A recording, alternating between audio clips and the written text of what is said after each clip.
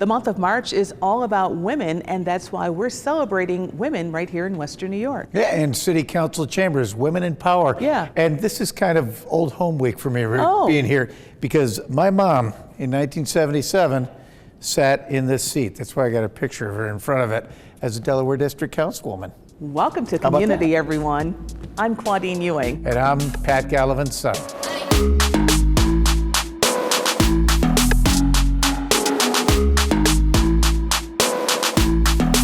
Joining us on commUNITY is the councilwoman member from the Maston District, Zanetta Everhart. Thank you so much for being with us. Thank you for having me. This is an honor and a pleasure, always. And I think you must have been worn out from the big event you had over the weekend, the Leadership Absolutely. Council. Lead Her Ship Expo. Yeah, over 200 women came and just celebrated Women's History Month with us. My partner in crime, Erie County Legislator Taisha St. Jean Tard. A seminar like that, yeah, in a position that's not only powerful but also historic. I mean, in these council chambers, that must be a great honor and a privilege. It absolutely is. You know, leading, obviously I'm a councilwoman, right? And so my job is in creating laws, taking care of the city, making sure people in our community have what they need. But more importantly, it's that human connection for me, right? What does it mean really to have Lead Her Ship and having women in leadership roles in the city of Buffalo? This is the second largest city in the state of New York. Absolutely. And you're one of them. Oh my God, I am one of them, right? And I'm only the second woman to represent the Maston District ever. And I was lucky enough to grow up in a house with a very strong, very active mother. She sat in that seat over there in council. You told me, how amazing. She also worked in the legislature. Usually we see women in the background, right? Women carry everything, right? Zora Neale Hurston said women are the mules of the world, right? Because we carry everything on our backs, and we do, but it's time for us to be in the forefront, right? No more just carrying everything on our backs. We're out here saying what's on our back and what the issues are and how are we gonna deal with it and how are we going to get some of that stuff off of our back and push it around, right? Are you seeing a difference because there are women who are at the table, helping with legislation? Yeah, I definitely think so. I think that people are noticing the shift in energy in communities. Women lead differently, we just do. And again, we carry a lot on our backs. Women just bring a different flavor, a different energy, and it really is about the whole person. It's not just me sitting in City Hall, writing laws and doing all those things that are a part of my job, but more importantly for me, it's the human connection. Do you feel that Lead Her Ship empowerment session spurred other women to want to come forward? And my final question is going to be, will we ever see a female mayor in the city of Buffalo? Oh God, listen, we heard a lot about their journey to the job, right? How they got there, right? The triumphs that they had to overcome, right? And so that is inspirational. And for me, I know we inspired some women in that room. And will we see a woman mayor one day? Yes, right? Not I hope so, not a maybe. Absolutely 100%, because it's time. We've never had a woman represent the city of Buffalo sitting on the second floor, and I think it's about time. Absolutely. We've got a woman governor and a woman attorney general, so why not? Right? Why not? Here are some local women who were recently recognized. If someone tells you can't do it twice with a smile. I'm a farmer. I'm an urban farmer on the east side of Buffalo, and I've been doing that for over a decade now. I work to strengthen the connections between farmers and the communities that they feed, to create food systems that are equitable and increase access to those who have been historically left out. And I also work to support and uplift farm workers. My hope is that through the work that we do, the leadership we show, and the stories we choose to tell, we continue building that world for the 7 generations of women ahead of us who will stand even stronger. Shaping a sustainable future for women means building on cross-disciplinary systems that truly see women for who they are. They hear women, and then we listen in community with them and make change as a result of them. Because when we lift women, we lift families. When we lift families, we lift communities. And when we lift communities, we do so for the betterment of all of Erie County. So Be Well, our mission is to encourage women to explore the natural environment, to promote sustainability and help women develop leadership skills through environmental stewardship and community engagement. I got into construction by accident while I was going to school to be a social worker. Gina Turbot is a pre-construction support specialist at ARC, Advancing Revolutionary Construction. It's a career path she almost didn't go down. I was working full-time to pay my way through college and started really loving what I was doing and realized I would make more money in the field than as a social worker. So my volunteer efforts cover my social work needs. You've most likely seen several projects Gina has worked on before crews start working on site, from the new Bills Stadium to the Salvation Army Hope on Main project to ECMC. And again, to get here in her career wasn't a straight line. I took a 7-year sidetrack as a veterinary hospital manager before I went back into construction, and all of the skills I learned there are completely transferable to what I do now. This morning, members of the Buffalo Niagara chapter of the National Association of Women in Construction spent time volunteering at the Tool Library. It's a time to connect with other women in the field, which wasn't always possible when some of them first launched their careers. Never having sisters, I now have sisters. So it's really encouraging to me, and there's no reason that there can't be women out there, because do what you love. You know, it's a trade. If you love working with your hands, if you love creating things, if you love being able to say, I built that, I helped build that to your kids or your family or your friends, then take pride in that and do what you love. It is a fabulous, high-paying field. There's opportunity for growth beyond what you can imagine, and now there's industries like NAWIC and other places where women can find friends and allies to help support them and raise them up. Our theme this year is Her Impact Moves Us, and it includes inspirational quotes written by women. Quotes from Maya Angelou: "Nothing can dim the light that shines from within." Toni Morrison: "You are your best thing." This bus is a tribute to the women who have helped move our community forward. Women who broke barriers, women who created opportunity where none existed before, and women who lead today, and the young girls who will lead tomorrow. You can see that things are really changing for us in a good way, but that doesn't mean that we stop here. We still have a bit of a ways to go. Every time somebody say, I'm the first in history, that tells you that we have to do more. And sometimes when I'm speaking to women's groups, mostly young women, I say, when you're traveling that ladder to success, grab a sister by the hand and take her with you. So happy Women's History Month, everyone. Coming up on Community, we're talking about women's mental health. And health equity across the board. I feel like I'm in church. Welcome back to Community. This month we are talking about women, but we are also talking about health equity, making sure it's done right across the board. Yeah, I mean, it's something that a lot of us take for granted, but you know, when you look at the numbers, there's a serious problem with health inequity in not only our community, but communities across the country. There was recently a symposium held in Buffalo.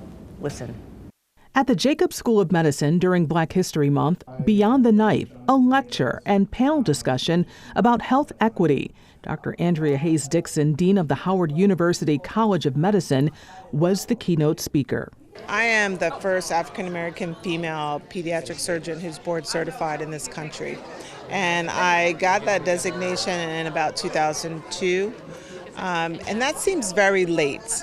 You know, you think about first occurring in the 1960s, and I'm not saying it to brag, I'm just saying it to encourage people who might be in the situation of being the first fill in the blank, that you can still do it. You can still do it, and as long as you have the right mentorship and the right skill set and you're excellent, you really can do anything. Yes, it's about inclusive excellence and making sure that we have role models, that we partner with the community to really make sure that we're taking care of patients in the community. And you know, at the Jacobs School, we want to make sure that we are training the future doctors, and that means training doctors that look like the community and are going to work in the community. It was a spirited discussion featuring Dr. Brashear, Buffalo Black Nurses President Rhonda Wilson, UB Assistant Professor of Psychiatry Jamal Williams, and Thomas Ward of Farmingdale State College. Excellence is not something that we can take for granted, and excellence doesn't have a color or a creed.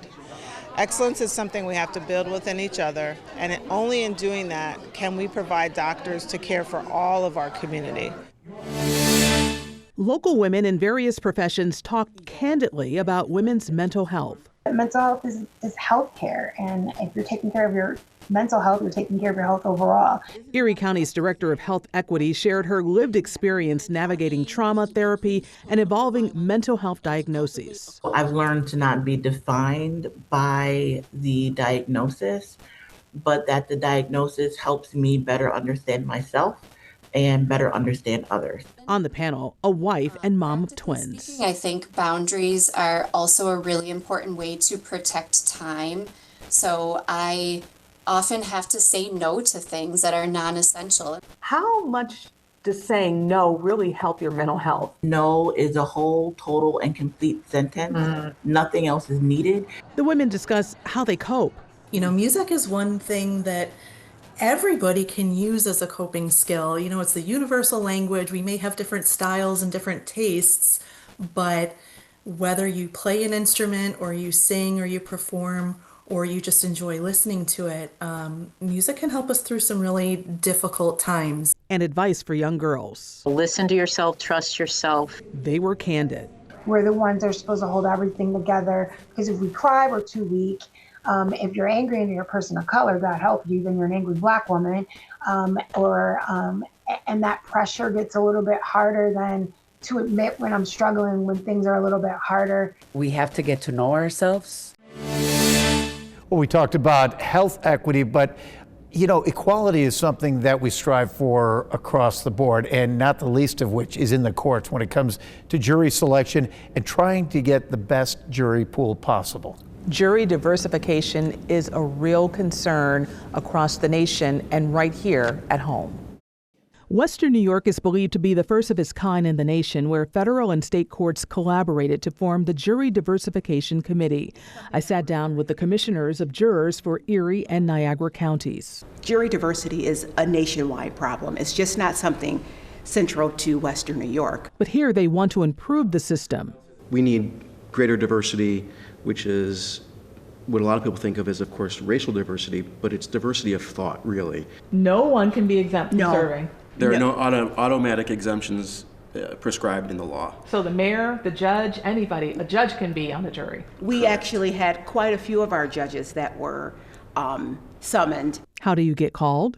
It really starts with what's called a juror qualification questionnaire.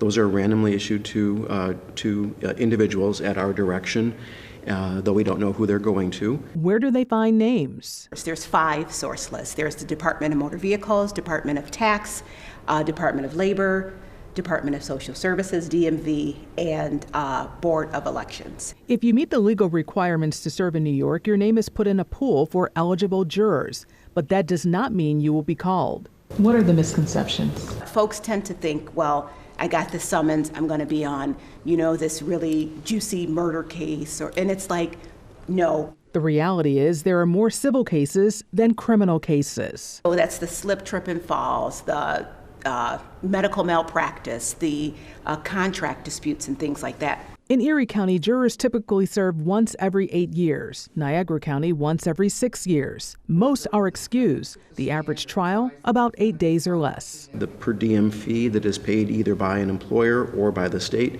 is currently set at $72 a day. And when it comes to the grand jury, the term of service is longer. They go over 6 weeks. Now, it's not every day for 6 weeks. It's like 2 to 3 days. And on average, they serve for like 14 days. Is there a penalty if a person doesn't report for jury duty? If a person doesn't respond, it could lead to fines, civil fines of up to $250, which could go against a person's credit. They'll help you postpone service if needed. Now that we know the process, it's about getting people to serve, making sure it's diverse. When you have 25 white people in the grand jury who are deciding the fate of that young African-American male, that is a bad look. Pete, March isn't just about women's history, it's also about madness. Madness. And we're not talking about the 80s band. We're talking about March Madness. And also, we're going to be talking about the keepers of the stats. Welcome back to Community, and this month we're coming to you from Buffalo's beautiful Art Deco City Hall. 4 years from now, it'll mark 100 years old. And not far away from here is Shays Performing Arts Center.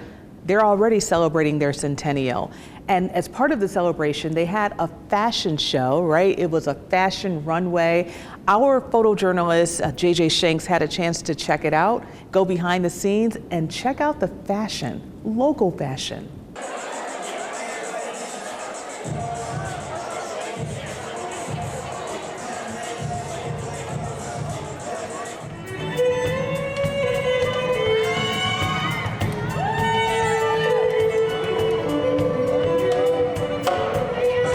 Worlds to talk to each other.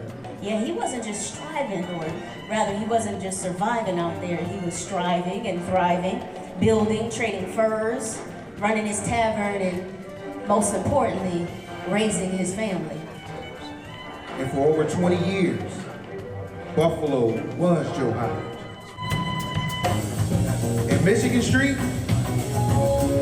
what's that church doing? It's still standing. That's right, roof's been fixed now. It's a historic site.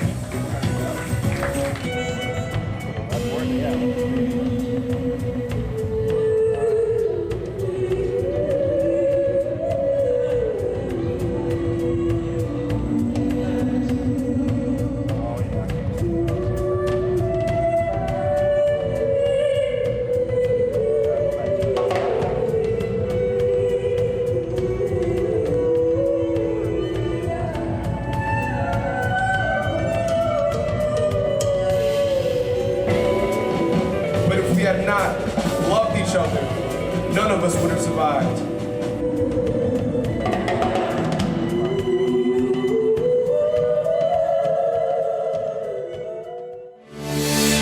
These three guys, Sam, Dwayne, and Kevin. We all see the game differently. Kevin and Dwayne played the game when they were in high school. I never played. They are stat keepers. I'm the spotter, so I'm kind of like the play-by-play guy. The others input the numbers. When you watch the ball and players in real time, this crew is making sure every statistic is right in the box score. Watch the game intently, trying to pick out everything that goes on. Doesn't matter if it's a minute detail on a steal, an assist, rebounds, fouls, block shots, points, minutes played, rebounds, assists, steals, and everything there. That actually comes from me. For decades, this trio has been the crew at Canisius University basketball games and other schools too. We have over 100 years of experience. It's just great working this type of function with guys that we've all grown up into adulthood with. They've worked all 8 NCAA tournaments in Buffalo. March Madness was my Christmas. So when you get a function down here like this and you get to host part of that, it's cool to be a part of. You got millions of people that are following the game online, so it's a little, just a marginally more pressure. Proficiency. You describe what the shot is, three-pointer, jumper, dunk. I look at it from a guard standpoint. Kevin will look at it from he's a big man. He'll look at it from a big man standpoint. So we get different point of views on, especially when you're talking about turnovers and stuff like that, about who's at fault. Was it the guard? They've seen some of the best courtside. I don't think I've ever really just taken it in and ingested what the feeling actually is like.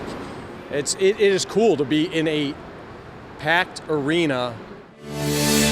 Former University of South Florida head basketball coach Brian Hodgson was part of the madness. His team came up short, but it was special for Hodgson, a Western New York native, to be here. His father, who has dementia, never saw him coach until the team came to Buffalo. To be home in Buffalo, I just grabbed my phone as we walked down the hallway and someone sent me a picture of my mom and dad with a big smile on their face, and just that's something that I'll never be able to repay these young men for, because I didn't know if or when that would happen, for my dad to be able to be here and see me in person, and how excited he was. This is home, so embracing being back here and prepared the guys for the weather a little bit. Honored to have the opportunity to coach an NCAA tournament. It's just icing on the cake to be able to do that back here at home in Western New York in front of family and friends. And it didn't take long after the game. Hodgson has moved on. He's been hired as the next head coach of Providence men's basketball. Meanwhile, a Niagara Falls native had a chance to play at home during March Madness. Roddy Gale. I feel like a bunch of stress and stress lifted off my shoulders, because I can't do no wrong in my family's eyes, and I feel like as long as I gave it my all, I'm willing with living with the results. Under that, just give my all, because my family and my friends is here. They came, spent their hard-earned money to watch me play basketball. So I just looked at it as this could be the last time they ever watch me play. So just playing hard for each and every one of them. My name is Kevin Alushala, and I'm the beatboxer of 3-time Grammy Award-winning multi-platinum artist Pentatonix. A pioneer of cello boxing, which combines cello performance with beatboxing. I'm a classical musician who likes to take classical music and bend it and twist it in a way that feels like me, and then I'm telling my story as really a first-generation Afro-Caribbean kid in America trying to figure out how to be who he is with all these different cultures. My dad's from Nigeria, and we would listen to a lot of people like King Sunny Ade, Fela Kuti, and then on my mom's side, we would listen to Mighty Sparrow, Calypso, Harry Belafonte. And I just feel like the sounds, the rhythms, and the stories and the messaging has just been so ingrained in me since I was a child. So whenever I started to beatbox, I was just beatboxing what I knew. Do you want to drop a beat for us? I'll drop a quick beat, why not?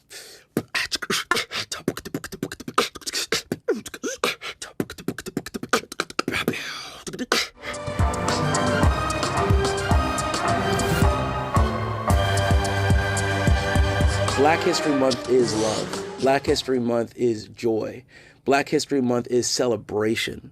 It's an opportunity for what I like to say, just the Black diaspora, all the different shades under the sun, not just in terms of skin color, but also ideologies, thought processes. What we do can be celebrated, because the more that, again, we are authentic and do things that we absolutely love, not based off of any stereotype, right?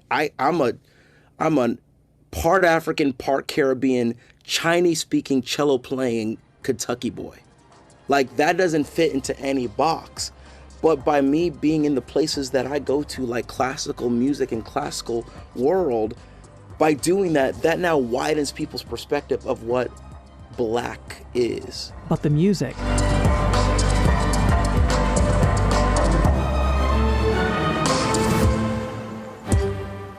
Always love ending our show with a little bit of music. You can never go wrong. Oh, absolutely not. And we had at least I had a little walk down memory lane here in Council Chambers. Yeah. So cool to be in here. As we talk about women, we were talking about the past and also moving forward. We thank you so much for joining us this month on commUNITY. We will see you in the month of April. Ooh, spring upon us. Can't wait.